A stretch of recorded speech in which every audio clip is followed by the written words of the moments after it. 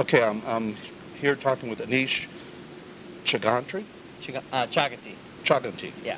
and Dev Sev. Sev Ohanian. It's great. Sev Ohanian, yeah. Well, there you go. Great. Yeah. Thanks, Michael. Oh, yeah. It's Michael? Yes. Michael. Okay, got it. So, a film like this, how many days of principal photography do you have? Oh man. So you've seen the film and people will see the movie. There's a huge montage that we see an entire life over the course of a few minutes. We have crowds, we have forests, we have aerial photography, we have car stuff, we have lakes. We shot the movie in 13 days. So very, very long time. Not exactly. Yeah, no. I mean, because it just seems to me a film like this, it's like you could probably go through 20 pages of dialogue in half a day just because of the nature.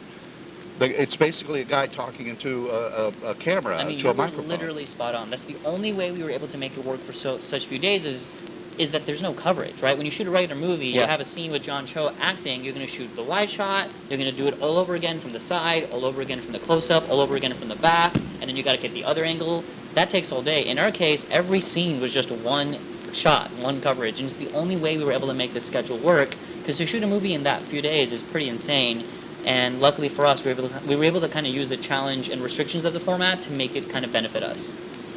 Editing, however, was not 13 days. Well, see, I would think that there's a lot of special effects involved in a movie like this that are almost subliminal. And so what was the post-production process like? Or how many months did you spend? Yeah. We had a Years. joke on set or not on set, every day. That was like, a normal movie is pre-production, production, and post-production. And our movie was, we like to call it pre-post, post, and post-post. Mhm. So post-production really happened right when we finished the script. And it ended right when we finished the movie. Mhm. The first people we hired on the film were the editors, and before we even hired an actor or the production designer, we hired the editors.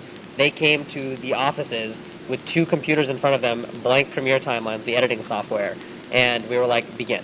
And they basically started screen capturing the internet and putting together an hour and 40-minute cut of the entire film together, starring me playing every single role of it, to show to cast and crew before we even started shooting the movie. So basically, it was always, we treated it like an animated film, starting from the sketches, slowly and slowly advancing that into a full animation by the end of the project. We ended up editing for about a year and a half.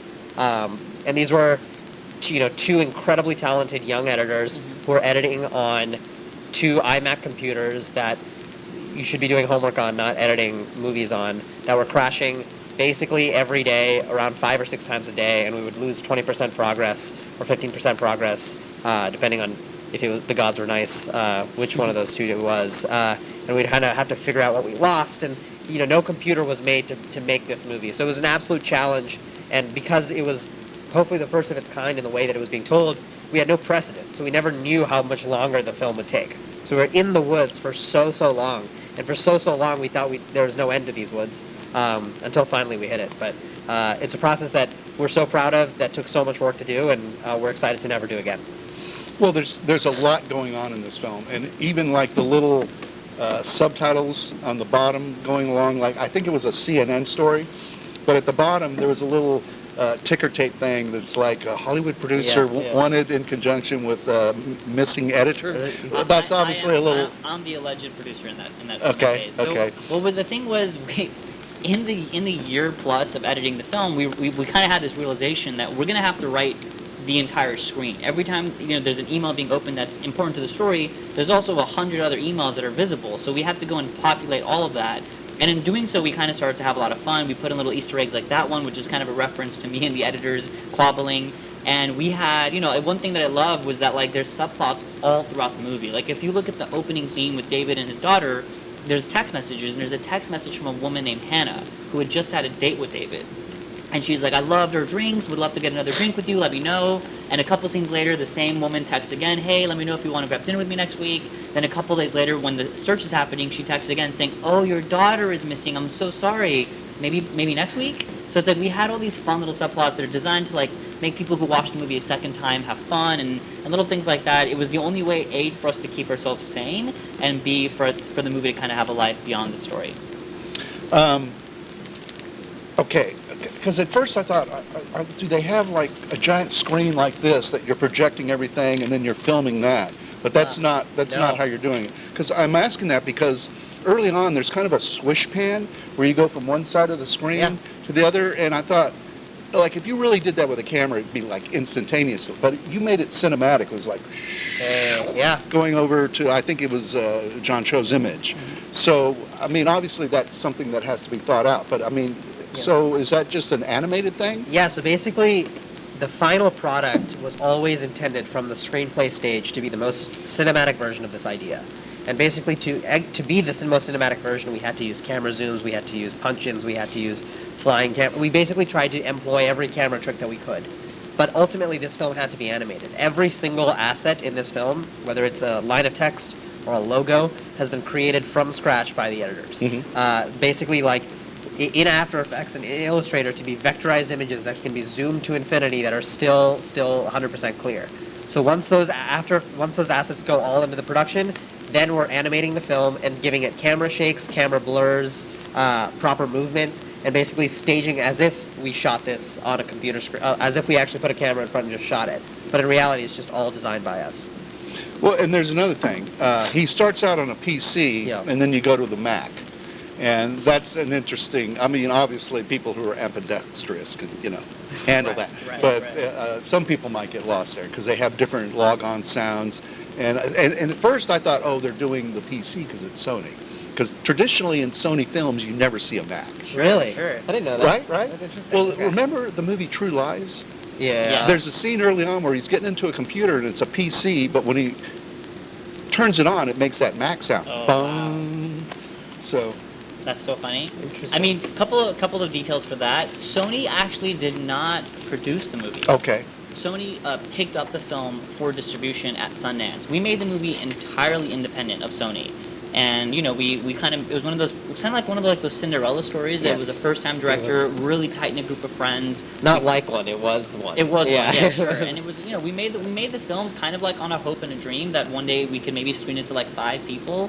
And we had this, incredible experience at the Sundance Film Festival. We had a fantastic premiere. We picked up a couple of awards, and we were lucky enough that a number of distributors like Sony wanted to buy the film. And after a long night and long morning of a bidding war, Sony ended up, being the best partner for us. So thanks to them, our little tiny film that was made with this first-time filmmaker and small group of friends is going to have, a worldwide release. So we couldn't be happier, and therefore they had no say over what computers Yeah, represented okay. the film. But, I mean, you obviously had a budget because, I mean, you've got a couple of name actors, John Cho, Deborah Sure, Messing, and obviously somewhere down the road, it's just like people are going to want to see this film just based on them alone. Oh, absolutely, Much, yeah. much and, less and, than. and, I think it speaks to John and Deborah and that they were generous, like not only with, their involvement in the film, but just the fact that they supported us. And you're right, they're very famous and they have huge fan bases, and John's a movie star and Deborah's a TV star, but, their involvement in the film absolutely elevated it.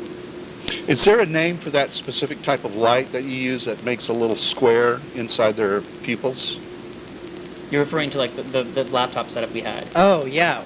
We didn't have a name for it. No, it was kind of designed like for the film. We basically just put like LEDs around a laptop frame. Okay. And John's basically acting up against a black screen off and not even seeing any image except for this light around it. Because you usually see the circle, but I don't think I've ever seen the rectangle before. Yeah. Good eyes. Yeah, that was good cool. attention to detail, yeah.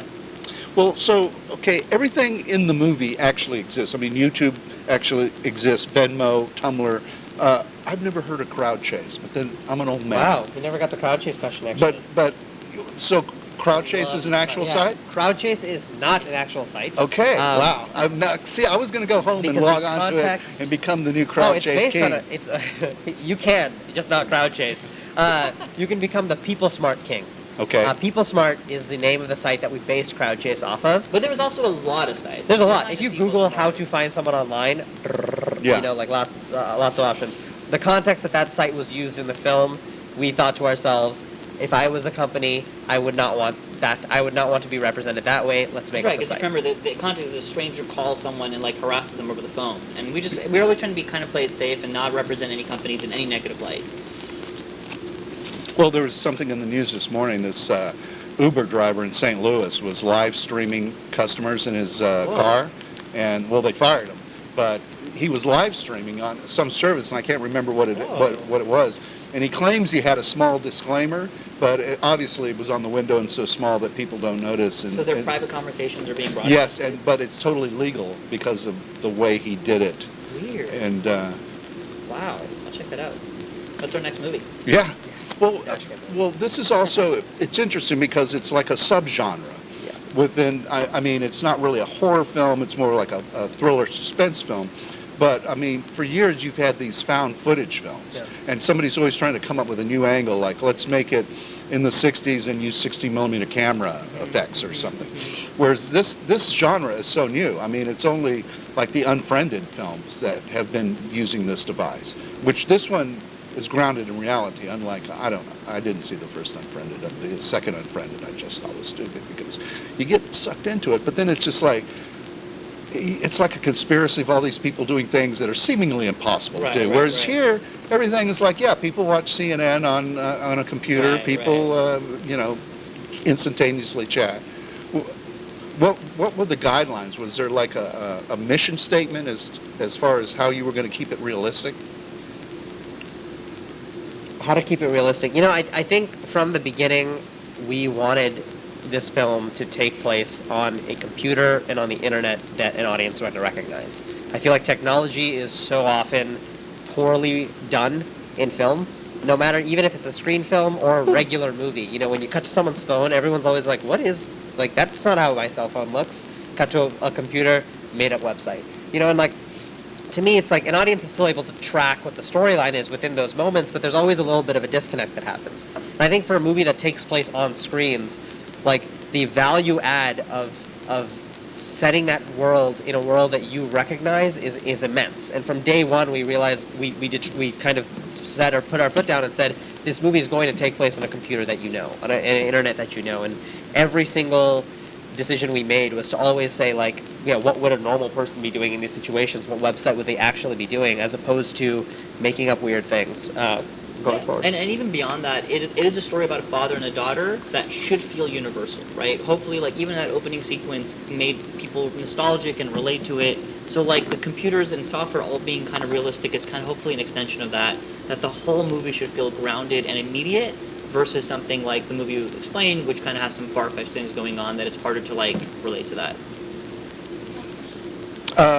Well, is there any way to see some of your short films? Because I was going through your filmography. I've noticed you got one called Adventure Wisconsin. Yeah. And are those on YouTube, or is there any way? You don't want to watch Okay, that one. so here's the thing. You're on my IMDb, right? Yes, yeah. Okay.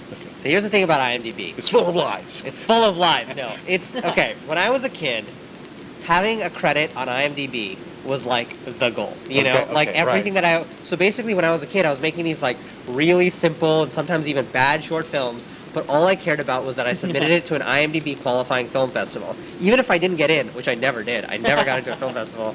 If I applied to it, I would get on IMDb. So now that I have an actual feature film credit, I look back on my IMDb and I'm like, wow, I really wish I didn't have those credits on there as well. But those are a couple shorts that I submitted. The shorts that I'm most proud of, mostly my commercial work, is all online. It's on my Vimeo account. Okay. Yeah. Okay. That's all the stuff that I made at Google and a couple stuff from before. Are you guys working on something for a follow-up? Yeah. Anything you can talk about? Yeah, absolutely. So we just set up a project in light of the success of this one with Lionsgate, and it is another thriller, except it does not have anything to do with technology, but it has something to do with parents and kids, which tends to be a theme in our work. This next one's about a mother and a daughter, except the relationship is a lot more dark and twisted and sinister than anything that we've ever done. We are planning to shoot it in the fall, and like I said, like we talked about earlier, it's a slight step up. Oh no, maybe we didn't talk about that, but it's hopefully going to be just as hair-raisingly suspenseful and maybe even slightly scary, but we'll see where it goes. It's called Run. Run. Okay. Yeah. Listen, thank you very much for your time. Thank you, Michael. Michael. Yeah, appreciate it.